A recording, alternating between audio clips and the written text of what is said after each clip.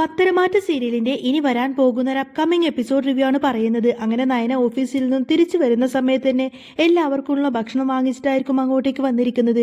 നയന പറയുന്നുണ്ട്, മുത്തശ്ശ, എനിക്കിന്ന് ഓഫീസിൽ നിന്നും ആദ്യത്തെ സാലറി കിട്ടി. അതിന്റെ ഒരു സന്തോഷത്തിനാണ് ഞാൻ എല്ലാവർക്കുമുള്ള ബിരിയാണി വാങ്ങിച്ചത്. അപ്പോൾ മുത്തശ്ശൻ പറയുന്നുണ്ട്, അതിനെന്താ മോളെ, നീ എന്ത് വാങ്ങിച്ചുകൊണ്ട് വന്നാലും ഈ വീട്ടിലുള്ളവരെല്ലാം തന്നെ അത് സന്തോഷത്തോടു കൂടെ തന്നെ കഴിച്ചോളും. നീ ഏതായാലും ഈ ഫുഡ് എല്ലാവർക്കും എടുത്തു കൊടുക്കുകയെന്ന് പറയുന്നുണ്ട് മുത്തശ്ശൻ. ഇതും കേട്ടുകൊണ്ട് തന്നെ അനാമികയും രേവതിയും അങ്ങോട്ടേക്ക് വന്നുകൊണ്ട് തന്നെ നയനോട് പറയുന്നുണ്ട്, അതെ, നിന്റെ ശമ്പളം കൊണ്ട് വാങ്ങിച്ച ഫുഡൊന്നും ഞങ്ങൾക്ക് വേണ്ട. ഞങ്ങൾക്ക് ആവശ്യമുള്ള ഫുഡ് ഉണ്ടാക്കാനൊക്കെ ഞങ്ങൾക്കറിയാമെന്ന് പറയുന്നുണ്ട് രേവതി. അപ്പൊ ദേവേനി ചോദിക്കുന്നത്, നയന ആഗ്രഹിച്ച് വാങ്ങിച്ചുകൊണ്ട് വന്നതല്ലേ, അതിന് നിങ്ങൾക്ക് എന്താ പ്രശ്നം? നിങ്ങൾക്ക് ഈ ബിരിയാണി വേണ്ടെങ്കിൽ നിങ്ങൾ കഴിക്കണ്ട, ഇത് കഴിക്കാൻ ഇവിടെ വേറെയും ആൾക്കാരുണ്ട്. നിങ്ങൾക്ക് വേണ്ടെങ്കിൽ ഭക്ഷണമെല്ലാം തന്നെ അവർ കഴിച്ചോളുമെന്ന് ദേവേനി പറയുന്നുണ്ട് അവരോട്. ഈ സമയത്തിന് അനാമിക ചോദിക്കുന്നത്, നയനടുത്തേക്ക് ഓഫീസിൽ ജോലി കൊടുത്തതൊക്കെ കൊള്ളാം, പക്ഷെ അതിനു വേണ്ടിയിട്ട് ഈ 2.5 ലക്ഷം രൂപയൊക്കെ കൊടുക്കേണ്ട കാര്യമുണ്ടായിരുന്നു മുത്തശ്ശാന്ന് ചോദിക്കാട്ടോ അനാമിക. അതിന്റെ എല്ലാം അഹങ്കാരമാണ് ഇവൾ ഈ കാണിക്കുന്നതൊക്കെ. ഓ, എന്നിട്ട് അവളുടെ ഒരു ബിരിയാണി, അനി നീ ഇത് കഴിച്ചേക്കരുത് എന്നൊക്കെ പറഞ്ഞുകൊണ്ട് തന്നെ അനാമിക അങ്ങനെ ദേഷ്യപ്പെടുന്നുണ്ട്. അപ്പോൾ അനി പറയുന്നുണ്ട്, ഇനി ആരെന്തൊക്കെ തന്നെ പറഞ്ഞാലും എടുത്തി വാങ്ങിച്ചോണ്ട് വന്ന ഫുഡ് ഞാൻ സന്തോഷത്തോടു കൂടി തന്നെ കഴിക്കും. എന്റെ ഭാര്യക്കാണെങ്കിൽ എനിക്ക് വേണ്ടിയിട്ട് നല്ല ഫുഡ് ഉണ്ടാക്കി തരാനൊന്നും അറിയില്ല.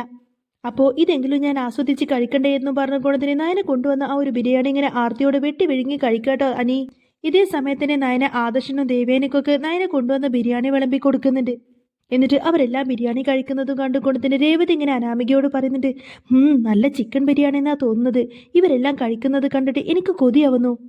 ഇവരുടെ കൂട്ടത്തിൽ നമുക്കും പോയി കഴിച്ചാലോ മോളെ എന്നിങ്ങനെ രേവതി ചോദിക്കുന്ന സമയത്തിന് അനാമിക അങ്ങ് ദേഷ്യം വന്നുകൊണ്ട് തന്നെ പറയുന്നുണ്ട്, അമ്മേ വേണ്ട, ഇനി നമ്മൾ പോയിട്ട് അത് കഴിച്ചാൽ ഇവരൊക്കെ നമ്മളെ കുറിച്ച് എന്ത് വിചാരിക്കും?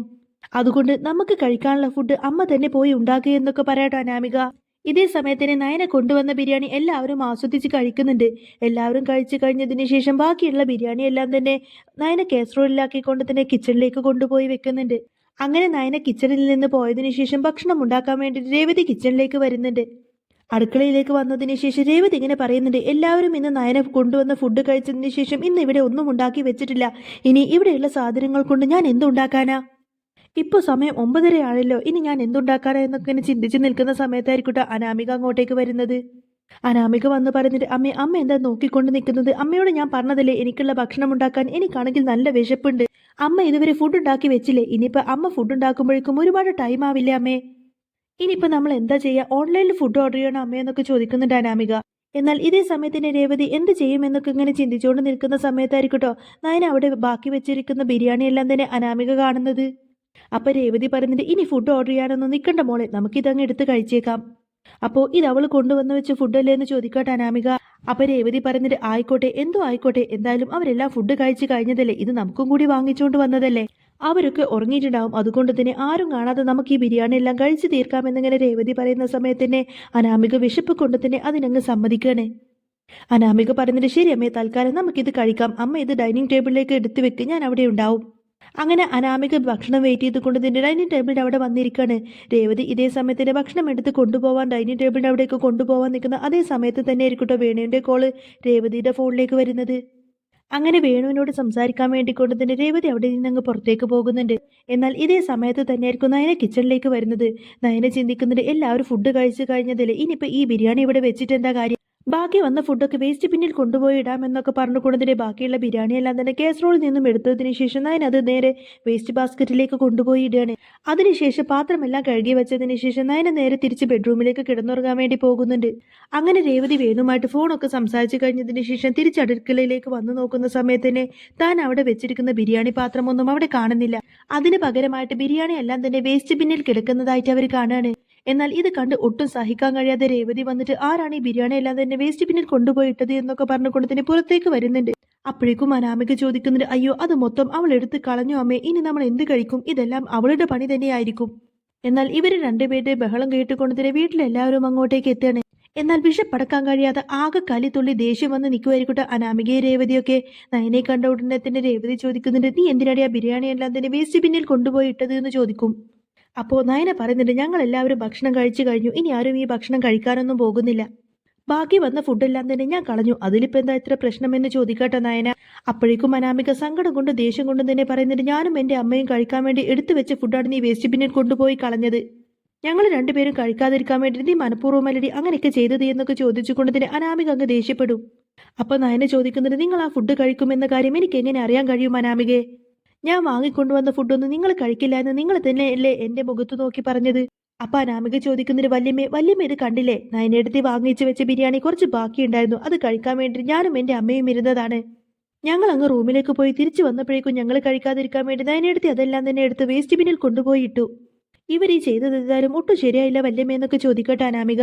അപ്പോഴേക്കും ദേവേനെ ഒന്നും മിണ്ടാതെ നിൽക്കുന്ന സമയത്തിന് ജാനകി വന്ന് ചോദിക്കുന്നുണ്ട്, എടി ആരോട് ചോദിച്ചിട്ടാണ് നീ അനാമിക മോള് കഴിക്കാൻ വെച്ച ബിരിയാണി വേസ്റ്റ് പിന്നിൽ കൊണ്ടുപോയിട്ടത് എന്നൊക്കെ ചോദിക്കാട്ടോ ജാനകി.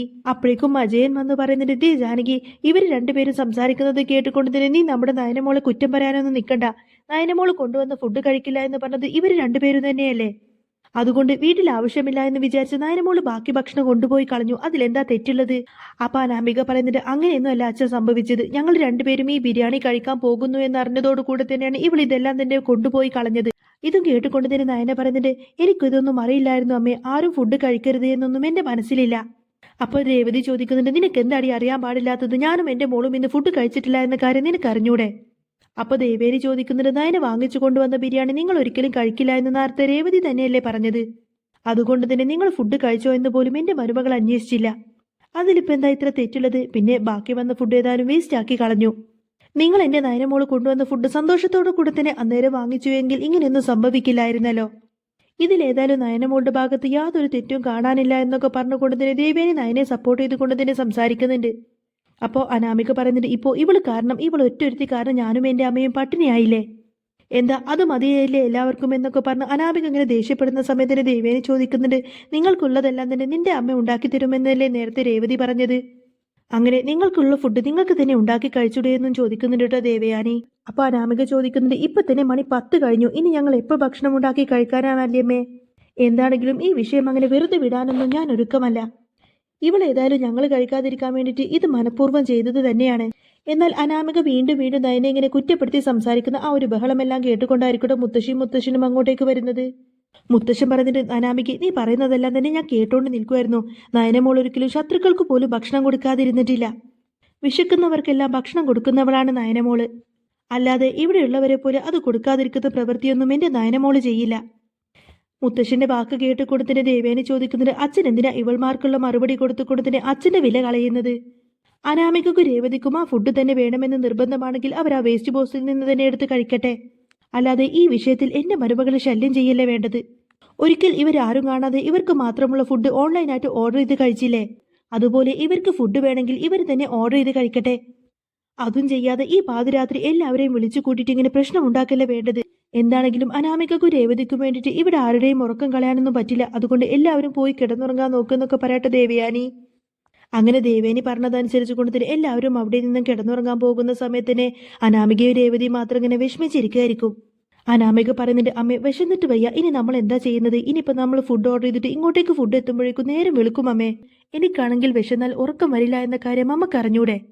ഇതേ സമയത്തിന് നവ്യ അങ്ങോട്ടേക്ക് വന്നുകൊണ്ട് തന്നെ ചോദിക്കുന്നുണ്ട്, എന്താ തമ്പുരാട്ടിമാർക്ക് ഉറക്കം വരുന്നില്ല അല്ലേ? എന്റെ നയനെ കഷ്ടപ്പെട്ട് സന്തോഷത്തോടു കൂടി തന്നെ ഇങ്ങോട്ടേക്ക് വാങ്ങിച്ചുകൊണ്ട് വന്ന ബിരിയാണി നിങ്ങളല്ലേ മനഃപൂർവ്വം വേണ്ട എന്ന് പറഞ്ഞത്? അത് കൊണ്ടുവന്നപ്പോൾ ഇങ്ങനെയൊക്കെ സംഭവിക്കണമെന്ന് ഓർക്കണമായിരുന്നു. എന്നിട്ടിപ്പോൾ അവള് ബാക്കി വന്ന ഫുഡ് വേസ്റ്റ് ആക്കി കളഞ്ഞപ്പോഴേക്കും യാതൊരു എളുപ്പമില്ലാതെ അത് കിട്ടിയില്ല എന്ന് പറഞ്ഞ് പരാതി പറഞ്ഞ് വന്നിരിക്കുവാണ്. നിനക്കും നിന്റെ അമ്മക്കൊക്കെ ഇത് തന്നെ കിട്ടണേ, അല്ലെങ്കിലും നിങ്ങൾക്ക് എത്രമാത്രം അഹങ്കാരമായിരുന്നു. ഭക്ഷണത്തിന് മുന്നിൽ ഇങ്ങനെ അഹങ്കാരം കാണിച്ചാൽ ദൈവം കോപിക്കും. അതെങ്കിലും നിങ്ങളൊന്ന് മനസ്സിലാക്ക്. നിങ്ങൾക്ക് ഏതായാലും ഇന്നത്തെ രാത്രി ഇങ്ങനെ പട്ടിണി കിടക്കാനാണ് യോഗം എന്നൊക്കെ പറഞ്ഞുകൊണ്ടതിന് നവ്യ അവരെങ്ങനെ കളിയാക്കിച്ചിരിക്കുന്നുണ്ട്. എന്നാൽ നവ്യെ കണ്ടുകൊണ്ടതിന് അനാമിങ്ങനെ ദേഷ്യപ്പെട്ടുകൊണ്ടതിനെ പറയുന്നുണ്ട്, എടി നീ എന്റെ മുന്നിൽ നിന്ന് പോകുന്നുണ്ടോ? നിന്നെ കാണുന്നത് പോലും എനിക്ക് ഇഷ്ടമല്ല. നിന്നെ കാണുന്നതേ എനിക്ക് വെറുപ്പാണ്. നിന്റെ അനിയത്തി കൊണ്ടുവന്ന ബിരിയാണി ഏതായാലും ഞങ്ങൾക്ക് വേണ്ട. അത് വാങ്ങിക്കാനൊന്നും ഞങ്ങൾക്ക് താല്പര്യമില്ല. അത് കഴിക്കുന്നതിന് ഭേദം ഞങ്ങൾ ഇങ്ങനെ വിശപ്പ് സഹിച്ച് ഇവിടെ ഇരിക്കുന്നതാണ് എന്നൊക്കെ പറഞ്ഞുകൊണ്ടതിന് അനാമിക ഇങ്ങനെ ദേഷ്യപ്പെടുക.